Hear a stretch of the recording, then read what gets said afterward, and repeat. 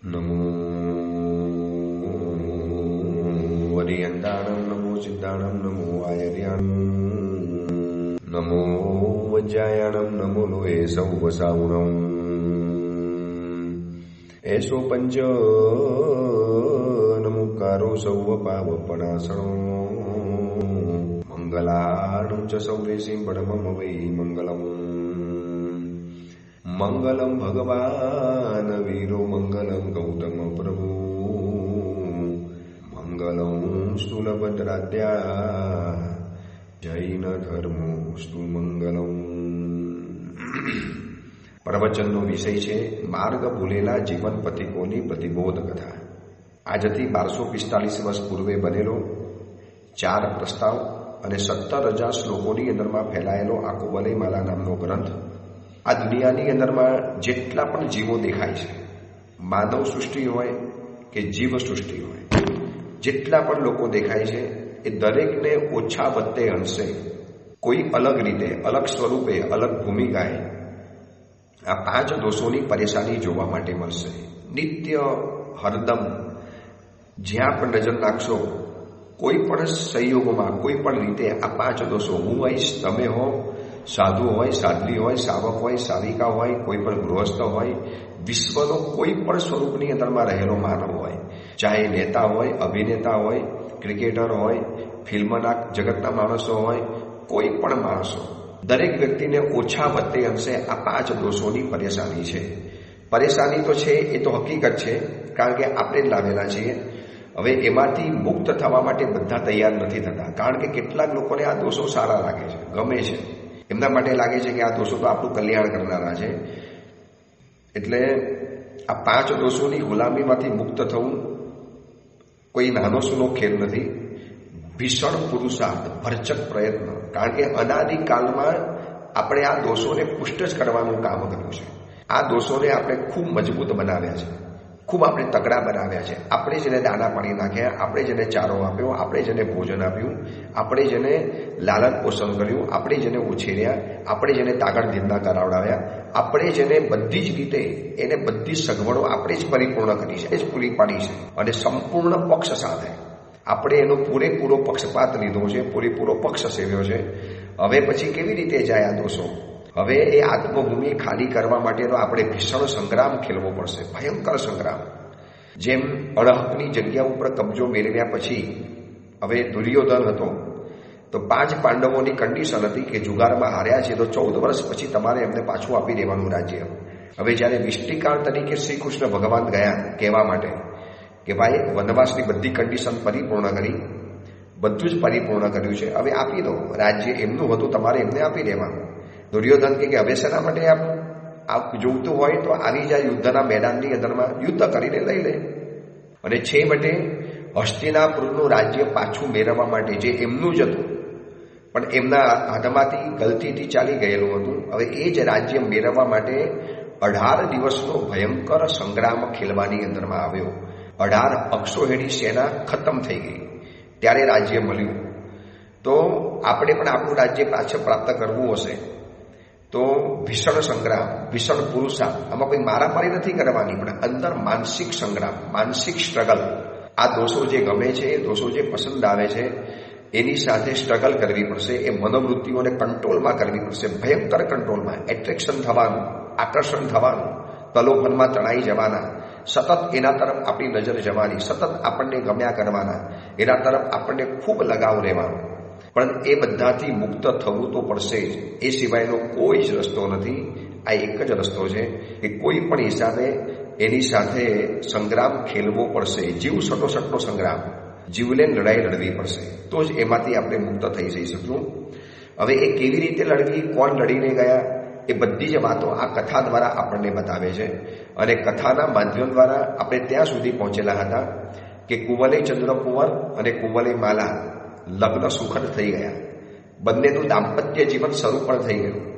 અને કુવલય માલાએ પૂછ્યું એટલે આખી પૂર્વની બધી જ હકીકત, પૂર્વભવની અને પૂર્વ વૃત્તાંત, આ બધી જ હકીકત બતાવી દીધી કે આપણે 5 જણા એ દોષોના ભોગ બનેલા હતા.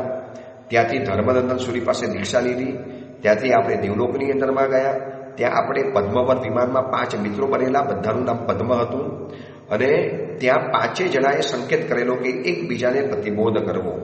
એમાંથી સાગર દત્ત મુનિવરે મને પ્રતિબોધ કર્યો, પછી દેવતા દ્વારા મને પ્રતિબોધ કરાવડાવ્યો. મેં સિંહ, જે આપણો એક મિત્ર સિંહ બનેલો હતો, એને મેં નિર્યામણા કરાવડાવી, અને હું પ્રતિબોધ પામ્યો. સાગરદત્ત મુનિવર પ્રતિબોધ પામ્યા, સિંહનો આત્મા પ્રતિબોધ પામ્યો, પદ્મકેસર દેવ અત્યારે દેવલોકની અંદરમાં છે, અને તું એક બાકી હતી તો એને પ્રતિબોધ કરવા માટે મને મોકલ્યો. હવે તારે પ્રતિબોધ તો પામવો જ પડશે. એટલે કુંવરની માલા હવે પૂછે છે અતિ મહત્વની વાત, કે તમે આ જે બધું સમ્યક્ત્વની વાત કરો છો, ધર્મ તત્વની વાત કરો છો, જીન ધર્મની વાત કરો છો, જીન ધર્મના સિદ્ધાંતોની વાત કરો છો, આ બધી વાતો શું છે જરા મને સમજાવશો? તો મારે પણ એ સમ્યક્ત બાબત માટે જાણવું છે. તો તમે મને સંકિત પમાડવા માટે જ આવ્યા છો, પ્રતિબોધ કરવા માટે આવ્યા છો, તો મારે પણ સંકિત સમજવું છે, અને સંકિત મારે સમજવું છે. તો સંકિત મને સમજાવો. અને કુંવરની માલાએ જ્યારે સંકિતના સ્વરૂપની જે વાત બતાવી, એમાં આ ઉદ્યોતન સુરીશ્વરજી મહારાજાએ કુંવરી ચંદ્ર કુંવર જે અદ્ભુત રીતે સંકિતની વાત સમજાવે છે, એની પહેલાં 2 ચીજ સમજી લેજો કે જીન શાસનના 2 મોટા વરદાન છે. વરદાન એટલે એટલા મોટા વરદાન છે કે એ મળી ગયું ને, માની લો સંસારની અંદરમાં આપણને શું નથી મળ્યું એ સવાલ છે. ચક્રવર્તીની પદવી મળી ગઈ, વાસુદેવ બની ગયા, પતિ વાસુદેવ બની ગયા, મોટા માંધાતા રાજા બની ગયા, મહાન રાજ્યોના માલિક બની ગયા, દુનિયાભરની સંપત્તિ મળી ગઈ, સુખ મળી ગયું, સ્વાસ્થ્ય મળી ગયું, સામર્થ્ય મળી ગયું, વિદ્યા તંત્રમાં વિશારદ બની ગયા, સબ કુછ બન ગયે. આ 2 ચીજ મળી જાય તો પહેલા નંબરની અંદરમાં આવે છે સમાધિ, અને બીજા નંબરની અંદરમાં આવે છે બોધિ. સમાધિ એટલે સમાધાન કરવા માટે તૈયાર થતું મન. દરેક પરિસ્થિતિમાં, દરેક સિચ્યુએશનમાં, દરેક પ્રસંગોમાં, દરેક અવસરની અંદરમાં, દરેક જે પણ સંજોગ આવ્યો, સમય આવ્યો, એને પોતાની રીતે એની અંદરમાં સેટ થઈ જાય. એ સામેની વ્યક્તિને બદલવાની કોશિશ નહીં કરે, હું એની સાથે સેટ થઈ જઈશ. ભલે વિચિત્ર નેચરવાળો છે, વિચિત્ર છે, મહાવિચિત્ર છે, અતિ વિચિત્ર છે, છતાં પણ એની સાથે હું સેટ થઈ જઈશ. બસ આ સમાધાન કરવાની ફોર્મ્યુલા. તો સમાધિ પહેલા નંબરની અંદરમાં મળી જાય. સમાધિ મળી ગઈ એટલે મનની એટલી બધી શાંતિ મળી ગઈ, પછી કોઈના માટે ફરિયાદ નહીં, કોઈના માટે રડવાનું નહીં, કોઈ બાબત માટે આર્ત ધ્યાન નહીં, કારણ કે પોતે સેટ થવા તૈયાર છે. પાણીની જેમ, પાણીને જે આકારમાં નાખો એ આકારમાં તૈયાર થઈ જાય સેટ થવા માટે. તો સમાધિનું વરદાન છે. અને બીજા નંબરમાં છે બોધિ. બોધિ એટલે સમ્યક દર્શન.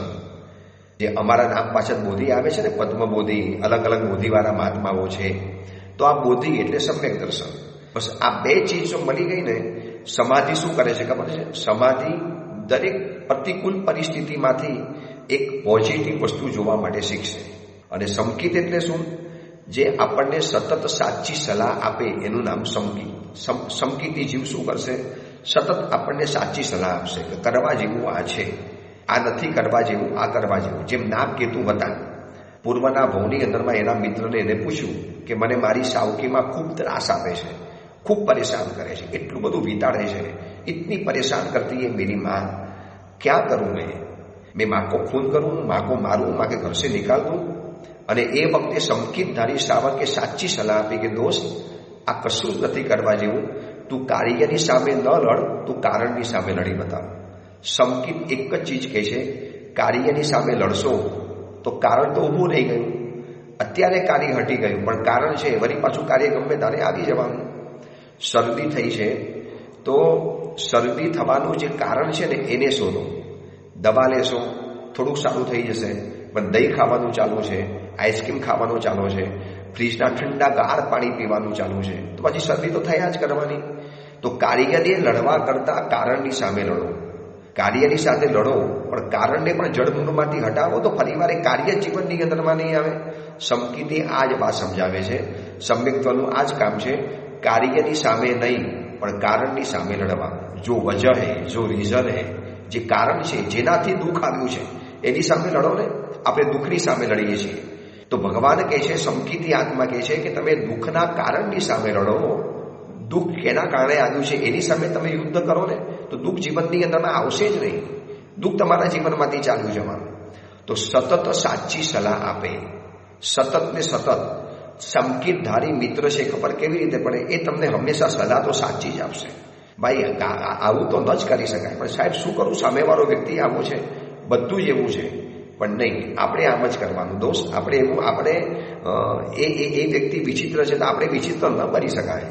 આપણે સમજી લેવાનું. સતત સાચી સલાહ આપે એ સંકિતી છે, અને સતત પોઝિટિવ રાખે એનું નામ છે સમાધિ. તો કુવલયચંદ્ર કુંવર કુવલયમાલાને સમજાવે છે કે બોધિ અને સમાધિ આ જીન શાસનના મહા મોટા વરદાન છે. વરદાન એટલું મોટું વરદાન છે કે માનો તમને એનાથી શું નથી મળ્યું. અને આવું સંકિત જાણવું હોય તો એની 12 પ્રકારની ઉપમા દ્વારા સંકિત સમજાવે છે. અદ્ભુત વાત બતાવે છે. પહેલા નંબરમાં બતાવે છે કે આ સંકિત એ એક સમુદ્રની અંદરમાં પાટિયા મળી જવા બરાબર છે, જેનો કિનારો દૂર હોય, જે કષ્ટથી તરી શકાય એવા ભયંકર સમુદ્રના મધ્ય ભાગની અંદરમાં કોઈક વ્યક્તિનું વહાણ તૂટી ગયું. કુવલયચંદ્ર કુંવર કુવલયમાલાને જોજો કેટલી સરળ ભાષાની અંદરમાં, કેટલી સહેલી ભાષાની અંદરમાં. આજે એવા પણ કેટલાક મહાત્માઓ છે જે લોકો કેટલાક નિશ્ચયના પદાર્થો કે આત્મ સ્વરૂપની બાબતો એટલા બધા ક્લિષ્ટ શબ્દોની અંદર સમજાવી દે છે કે માણસ મૂંઝાઈ જાય છે. માણસને ખબર નથી પડતી. એ એટલો બધો અંદરમાંથી મૂંઝાઈ જાય કે ભાઈ શું તમે કહેવા માટે માગો છો, ખબર નથી પડતી. તો આ કુવલયચંદ્ર કુંવર કેટલી સહેલી ભાષામાં સંકિત નામના પદાર્થને સમજાવે છે કે સમ્યક્ત્વ એટલે શું સમ્યક્ત્વની તાકાત છે. ખાલી એક કાચી સેકન્ડ માટે જો આવું સંકિત સ્પર્શી જાય છે તો અર્ધ પૂતગલ પરાવર્ત ખતમ થઈ જાય છે. તો આ સંકિતને સમજાવવા માટે સમજાવે છે કે કુવલયમાલા જેમ એક કિનારો છે જેને કષ્ટથી તરી શકાય છે, અને એવા સમુદ્રના મધ્ય ભાગની અંદરમાં વહાણ તૂટી ગયું. મારો કોઈ માણસનું વહાણ તૂટી ગયું. ભર દરિયો છે, એકદમ મઝધારની અંદરમાં દરિયો છે, કિનારો તો બહુ દૂર છે, અને મધ્ય ભાગની અંદરમાં સમુદ્રમાં વહાણ તૂટી ગયું. તરીને જઈ શકાય એમ નથી, કિનારો જબરજસ્ત દૂર છે. અને આ સમંદર એટલો ભયંકર છે, એટલા બધા ઝેરી જલના જંતુઓ અંદરમાં રહેલા છે, અને માણસ મૂંઝાતો હતો. અડધો ડૂબે, અડધો ઉછળે, અડધો પછડાય. એને લાગ્યું કે બસ મારી જિંદગી ખતમ થઈ ગઈ. અને એમાં તરતા એને એક લાકડાનો સહારો મળી ગયો, મોટું લાકડું. અને એ વ્યક્તિ કેવો લાકડાને બરોબર વળગી પડે. એ લાકડું મળી ગયું એટલે શું થયું? ભર સમુદ્રમાં ડૂબતા પુરુષને જેમ પાટિયું મળી જાય, લાકડું મળી જાય, એક લકડા મિલ જાતા હે, એ એનું સરળ છે. એવી રીતે દુઃખે કરીને તરી શકાય એવો આ ભવ સંસાર છે. આ સંસાર દુઃખરૂપી જલથી ભયંકર છે. એટલો મોટો આ મહાસમુદ્ર છે. અને આપણે મઝધારની અંદરમાં જ્યારે ડૂબતા હોઈએ ત્યારે આ સમ્યક્ત્વ પાટિયું બનીને આપણી પાસે આવે છે અને આપણને સંસાર સમુદ્રમાંથી પાર ઉતારી દે છે. કુવલયમાલા આ સંકિત એ ભર સમુદ્રની અંદરમાં ડૂબતા માણસને મળી ગયેલા પાટિયા બરાબર છે. આપણે આ સંસારની અંદરમાં ડૂબી રહેલા છીએ. આ સંસારના દુઃખરૂપી જલની અંદરમાં આકંઠ ડૂબેલા છીએ. કોઈ આપણને રસ્તો નહોતો મળતો. અને એ સમયની અંદરમાં સંકિત એટલે કે સાચી સમજણ રૂપે, જીનેશ્વર ભગવાનના વચન રૂપે આ સમ્યક્ત્વ આપણી સમક્ષ હાજર થઈ ગયું. અને ભવ સમુદ્રમાં ડૂબતા વ્યક્તિને સમંદરમાં ડૂબતા માણસની જેમ પાટિયાનો આ સહારો મળી ગયો, અને કેમે કરીને સંસારમાંથી બહાર નીકળી ગયો કે જે ચાન્સ જ નહોતો, ડૂબી જવાનો હતો. એના બદલે આ પાટિયાનો સહારો મળી ગયો અને કામ થઈ ગયું. પછી બીજા નંબરમાં બતાવે છે કે આ સમ્યક્ત્વ એક સાર્થવા સમાન છે. 12 ઉપમા ખરેખર જાણવા જેવી છે સંકિતની. કોઈ વ્યક્તિ તમને પૂછે કે ભાઈ આ સંકિત કા સ્વરૂપ સમજાવોગે, એ સમ્યક્ત્વ ક્યાં ચીજ છે, એ સમ્યક દર્શન ક્યાં ચીજ છે, સમ્યક દ્રષ્ટિ જેવું કહો છો. તો આ સમ્યક દર્શન શું છે? તો પહેલા નંબરમાં સંકિત એ સમુદ્રમાં મળી ગયેલા પાટિયા બરાબર છે.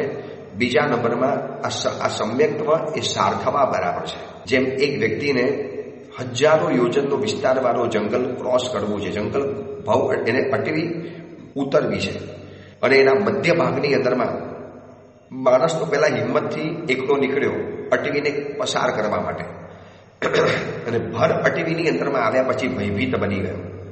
આમ અટવી તો ધાર્યા કરતાં ભયંકર નીકળી, આ જંગલ તો ધાર્યા કરતાં ભયંકર નીકળ્યું. હવે આને કેવી રીતે ક્રોસ કરવું, કેવી રીતે પાર ઉતરવું? અને એ વખતે અચાનક જંગલની અંદરમાં એક મોટો સાર્થવાનો એને સથવારો મળી ગયો. કેટલો બધો ખુશખુશાલ થઈ જાય. એકલો હતો અને એમાંથી મોટો સાર્થ મળી ગયો. અને એ વ્યક્તિ જેટલો ખુશ થઈ જાય, જેટલા એના જીવનની અંદરમાં આમ રોમાંચ ઊભા થઈ જાય તો અનેક દુઃખરૂપી સેંકડો હજારો જંગલી પશુઓથી ભરેલું આ સંસારરૂપી જંગલ છે કુવલયમાલા. આ સંસારિક જંગલ છે. આ સંસાર ભયંકર અટવી છે. આ સંસાર ભયંકર વન છે. અને આ વનની અંદરમાં આપણે ભૂલા ભટકેલા હતા, ચારે કોણથી ઘેરાઈ ગયેલા હતા. એટલા બધા દુઃખરૂપી પશુઓ, તકલીફ, મુશ્કેલી, આપત્તિ, સંકટ, સમસ્યા, આ બધા જ ઝેરી પશુઓથી અને ભયંકર પશુઓથી આપણે ઘેરાઈ ગયેલા હતા. અને એ સમયની અંદરમાં આ સંકિત જીન વચનરૂપી શબ્દોનો સહારો લઈને આપણી સુધી આવી પહોંચ્યા. અને એ વખતે આપણે એકદમ શાંત બની ગયા, ઉપશાંત બની ગયા, આપણે પસંદ બની ગયા, આપણે એકદમ બોઝામુક્ત બની ગયા. તો આ સંકિત બીજા નંબરની અંદરમાં સાધવા સમાન છે. કુવલયમાલા આંખ વિસ્ફારિત કરીને અતિ ચહેરા ઉપરનો રોમાંચ પેદા કરીને આ સંકિતના સ્વરૂપને સમજે છે કે જે સંકિત મારે પામવાનું છે, જે સંકિતને પમાડવા માટે તો મુનિ ભગવંતે આ કુવલયચંદ્ર કુંવરને મારી પાસે મોકલ્યો છે. તો બીજા નંબરમાં આપણે જોયું કે સંકિત એ સાર્થવા બરાબર છે. ભર અટવીને એકલો અટુલો માણસ પસાર કરવા તો નીકળી પડ્યો હિંમતથી, પણ ભવ અટવીની અંદરમાં આવ્યા પછી જે મુંજારો થઈ જાય અને સાધવા મળી જાય અને જેટલો નિશ્ચિંત બની જાય, એવી રીતે આ સંસાર રૂપી જંગલની અંદરમાં અનેક દુઃખરૂપી પશુઓથી ઘેરાયેલા આપણને આ જીન વચન રૂપી સંકિત મળી ગયું અને જીન વચનના શબ્દોનો સહારો મળી ગયો. અને એના કારણે આપણે આ સંસાર રૂપી વિકટ અટવી, મુશ્કેલી આવી, તકલીફો આવી, પણ કોઈ મને તકલીફ નથી. બસ મારી પાસે સંકિત હતું, એનાથી હું સતત પોઝિટિવ રહ્યો, સતત મને જીવનની અંદરમાં એનાથી સહારો મળતો ગયો અને મને એનાથી સાચી સલાહ મળતી ગઈ અને હું જીવનની અંદરમાં આગળ વધતો ગયો. તો પહેલા નંબરમાં સંકિત સમ્યક્ત્વ એ પાટિયા બરાબર છે. બીજા નંબરમાં સમ્યક્ત્વ એ સાર્થવા બરાબર છે. હવે ત્રીજા નંબરમાં ઉપમા બતાવે છે કે આ સંકિત એક માર્ગ બરાબર છે. એક સરસ મજાનો આ માર્ગ છે સંકિત. કેવી રીતે? તો કાંટાના વૃક્ષો ચારે બાજુ પથરાયેલા છે, તકના કાંટાથી ભરેલા વૃક્ષો, એકલા કાંટાથી ભરેલા. અને એવા ગહન જંગલની અંદરમાં એક યુવક ભૂલો પડી ગયો છે, એક વ્યક્તિ ભૂલો પડી ગયો છે. એને દેશ અને દિશા કશી જ ખબર નથી પડતી. ચારે કોર જંગલ, ગાઢ જંગલ અને એટલા કાંટાના, એટલા વિષયેલા વૃક્ષો છે કે એમાંથી રસ્તો પણ નથી બનાવી શકતો. અને આવી રીતે ફાંફા મારતો, આવી રીતે મૂંઝાતો, એટલો બધો ભયંકર મૂંઝાતો માણસ. અને અચાનક જ એને એક સરસ મજાની કીડી મળી ગઈ, પગદંડી મળી ગઈ, એક રસ્તો મળી ગયો, એક માર્ગ મળી ગયો.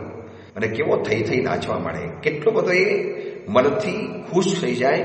એ તો જે જંગલમાં ભૂલા પડ્યા હોય એને ખબર પડે કે જ્યાં રોમ રોમ ઝંખતું હતું એમાંથી બહાર નીકળવા માટે, અંદરથી તલસાટ થતો હતો એમાંથી મુક્ત થવા માટે. અને આ માર્ગ મળી ગયો અને માર્ગ ઉપર ચાલી અને બહાર નીકળી અને જંગલમાંથી જેમ બહાર નીકળી ગયો એવી રીતે આ સંસાર રૂપી જંગલની અંદરમાં આપણે કેટલાય સમયથી ભૂલા પડેલા છીએ, કેટલાય સમયથી.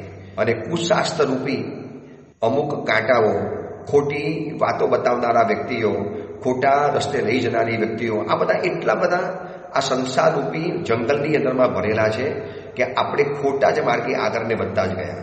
ત્યાં આપણને સાચો રસ્તો રૂપી સંકિત મળી ગયો. એને આપણને સાચો રસ્તો બતાવી દીધો, એક સાચી દિશા બતાવી દીધી, એક સત્ય ડેસ્ટિનેશન બતાવી દીધું. એ કીધું કે આ સાચા રસ્તે ચાલી જાઓ, તમારે કોઈની સામે જોવાની જરૂર નહીં પડે, જિંદગી તમારી આરામથી નીકળી જશે. અને એ સાચા રસ્તાને પામી અને એ સંકિત રૂપી રસ્તાને પામી અને આપણે સિદ્ધરૂપી મહામાર્ગમાં પહોંચી ગયા, સિદ્ધિરૂપી મહામંજિલની અંદરમાં. ક્યારે આવી ગયા, કેવી રીતે આવી ગયા ખબર પણ ન પડી. કેવો રસ્તો મળી ગયો અને કેટલા આપણે બહાર નીકળી ગયા. તો ભર જંગલની અંદરમાં, કાંટાના વૃક્ષથી છવાયેલા જંગલની અંદરમાં વ્યક્તિને રસ્તો મળે અને જેટલો ખુશ થઈ જાય, નિશ્ચિંત બની જાય. એવી રીતે કુવલયમાલા આ સંસાર રૂપી જંગલમાં કુવ્યક્તિઓ, ખોટા સંગ, ખોટા શાસ્ત્રો, ખોટી વાતો, ખોટો પ્રચાર, આ બધાના કારણે ગેરમાર્ગે થયેલા આપણને આ સંકિત રૂપી માર્ગ મળી ગયો અને આપણે સંસારમાંથી બહાર નીકળી ગયા. બસ આ સમ્યક્ત્વ એ માર્ગ બરાબર છે, એક સરસ મજાનો માર્ગ છે. પછી આગળ બતાવે છે ચોથા નંબરની અંદરમાં કે સંકિત એ સરોવર બરાબર છે.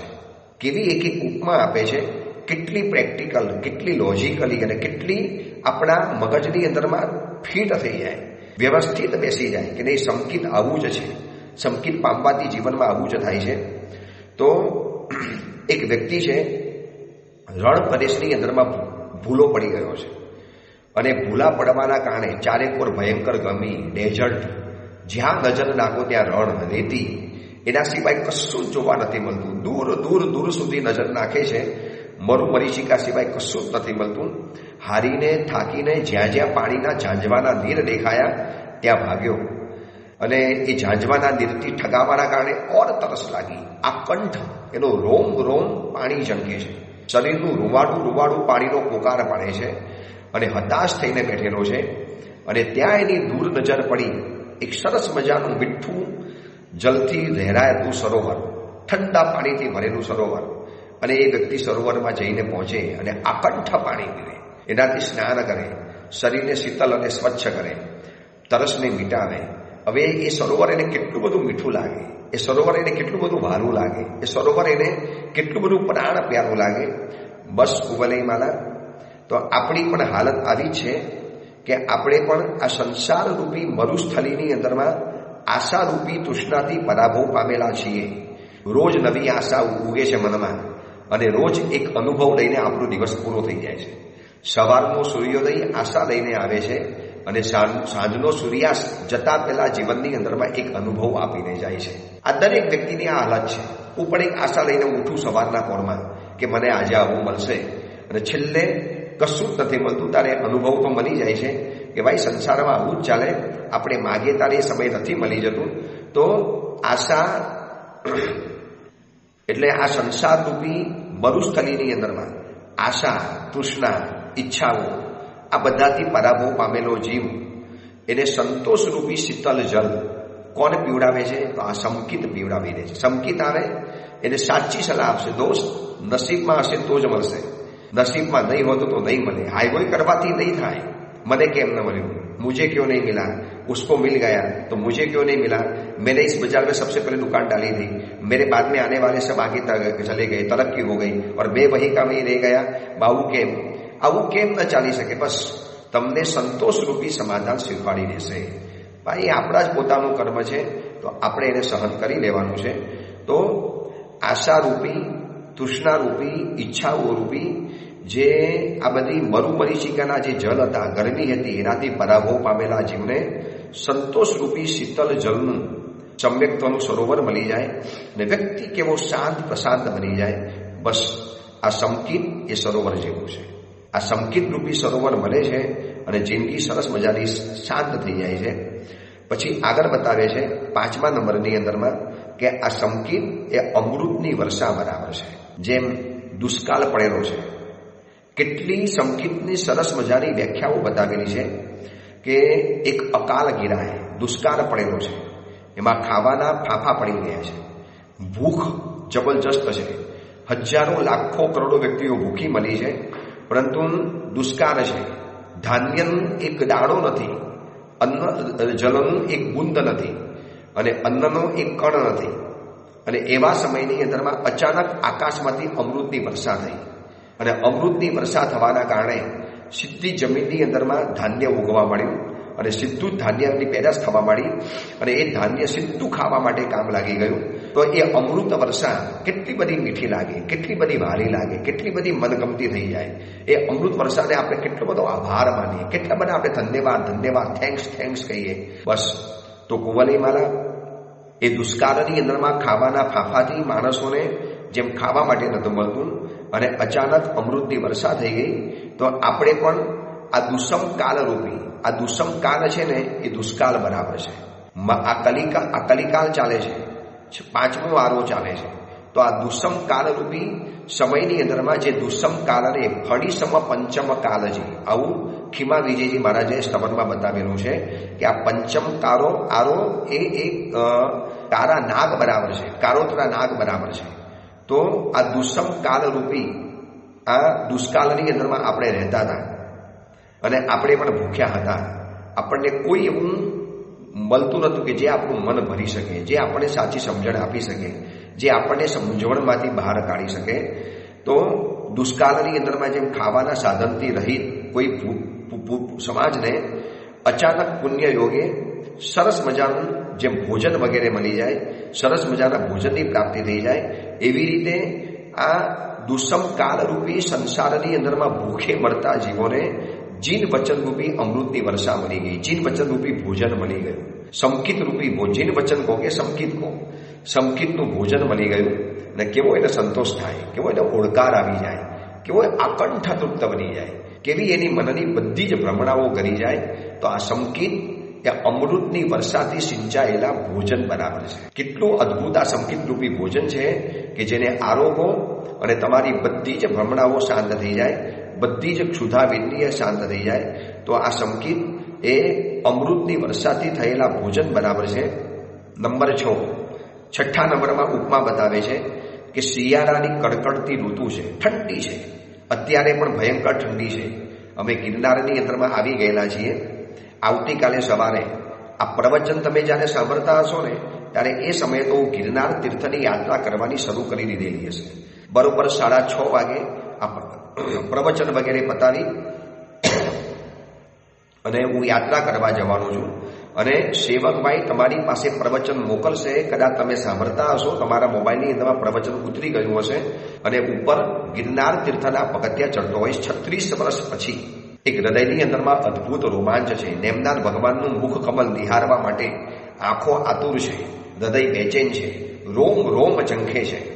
ગઈકાલે તો રાતના ઊંઘ પણ નથી આવી. એના કારણે મનમાં એમ જ થયા કરે, બસ ક્યારે ચડવું, ક્યારે જવું, ક્યારે દર્શન કરું, ક્યારે પ્રભુ નેમનાથને ભગવાનને નિહાળવું. 36 વર્ષ પછી આ ગિરનાર તીર્થને જ્યારે જુહારવા માટે મળ્યું છે તો કડકડતી ઠંડી છે, ભયંકર ઠંડી છે.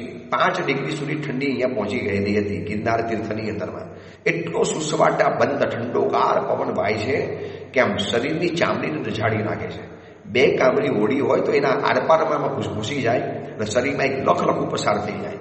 એટલી શિયાળાની અસહ્ય ઠંડીની વેદનાની અંદરમાં એક વ્યક્તિ ઉપાંગ સંકોચીને બેઠેલો છે. નથી સ્વેટર, નથી શાલ, નથી વસ્ત્ર, અને ઠંડી તો ભયંકર છે. એમાં પોતાના અંગોપાંગને સંકોચીને વ્યક્તિ જેવી રીતે બેઠેલો હોય, ઠંડીથી ધ્રુજી રહેલો હોય, અને એવા સમયની અંદરમાં એની બાજુની અંદરમાં કોઈ આવીને તાપણું સળગાવી આપે. તાપણું એટલે સમજ્યા ને, અગ્નિ.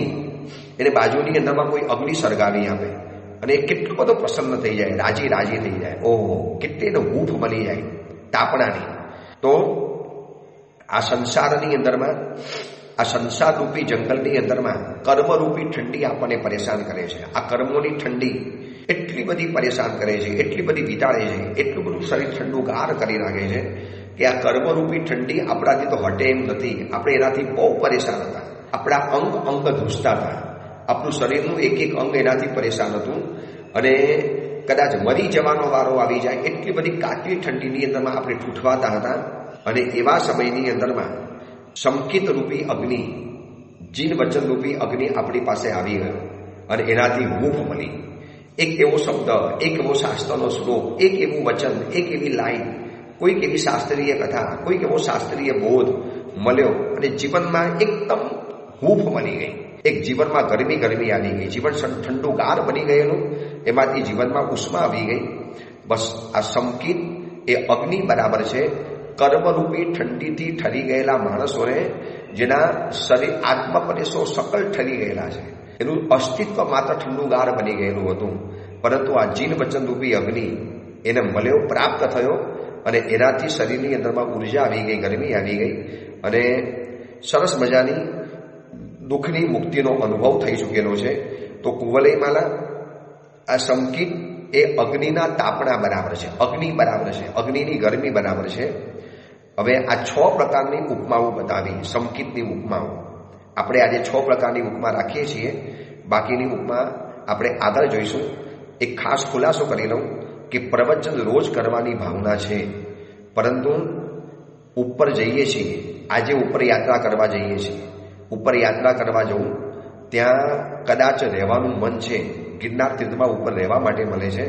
રોજ કદાચ 4000 પગથિયા ચડવાની કેપેસિટી હોય કે ન હોય તો કાલે ઉપર જઈએ, ઉપર યાત્રા કરવા જઈશું અને યાત્રા કર્યા પછી જો લાગશે કે ઉપર રહી જવું છે, કે ઉપર કદાચ રહી પણ જઈશું, તો ઉપર સેવકભાઈને સાથે રહેવા દે કે ન રહેવા દે, રહે તો કદાચ પ્રવચન ત્યાં થાય કે ન થાય, પ્રવચન પકડાય કે ન પકડાય, કોઈ જ ખબર નથી.